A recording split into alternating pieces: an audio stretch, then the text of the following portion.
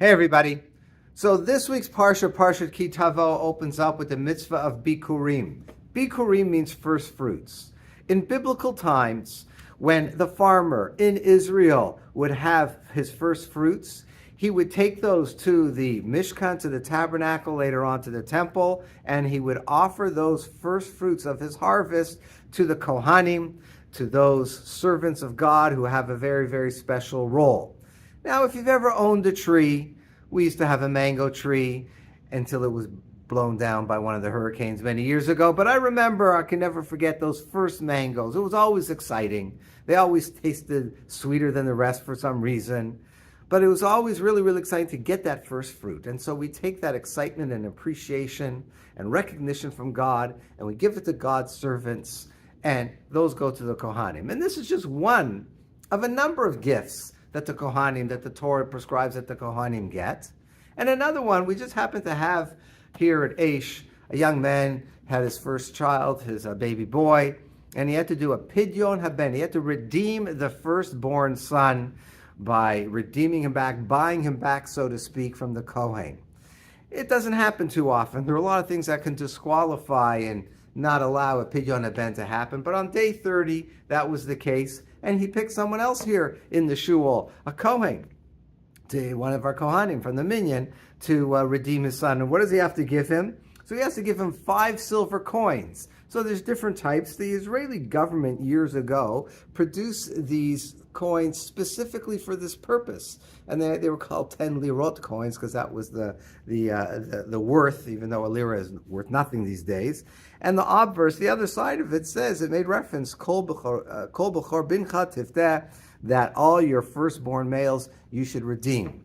So the father has to give 5 of these silver coins to the Kohen, and it's a real thing. It's a real thing. It's not just a perfunctory, symbolic, okay, now give them back to me. The Kohen keeps them. They're worth about, the 5 of these coins these days, worth about $400, the silver content alone. So it's a good deal for the Kohen. Now, when it comes to these gifts and wonderful things for the Kohen, maybe you're wondering and thinking, well, is this fair? I mean, what did this guy do to become a Kohen? Absolutely nothing. He was just born into it. That's the simple reality. And we're used to the idea of meritocracy. I mean, the whole founding of the United States of America was based on rebellion against this idea that you're born into a special royalty, a royal family, the king and such.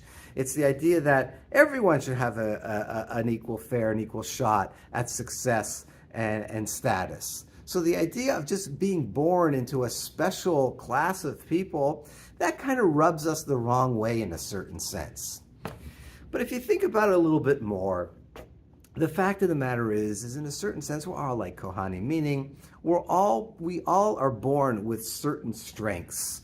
Everybody, we see this all the time. Some people are born into families with a lot of money. That's just the reality, Some are, some aren't. Some people are born with really good looks. Some people are born where they're more intelligent and smarter than other people. Some people are born with the quality of being very charming in terms of their personality. And so the idea of a person being born with an advantage, we all are Kohanim in that respect. And as a matter of fact, the Jewish people are referred to as Mamlechet Kohanim, a nation of Kohanim, that each and every one of us is a Kohen-like in terms of the special role that we have.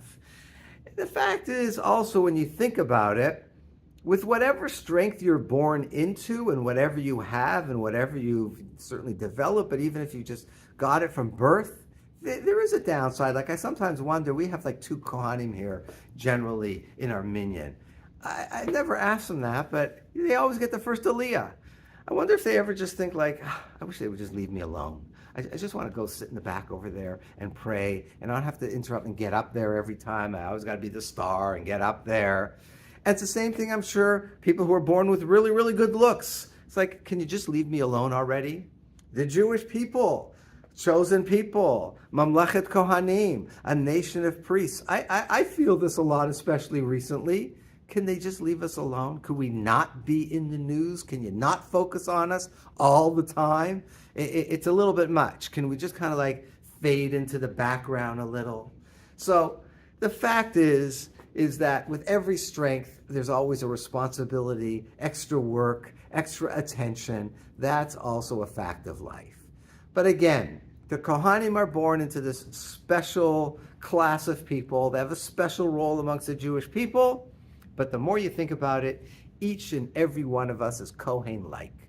We all were born with special qualities, with gifts, things that we didn't earn. They just happened to be there because that's how God gave us those gifts. So enjoy them and recognize that each and every one of us are Kohen-like. Don't resent the Kohanim. Don't resent the people who are born into certain things, because we're all Kohen-like and we all have special gifts that God gave us from day one. Have a good Shabbat.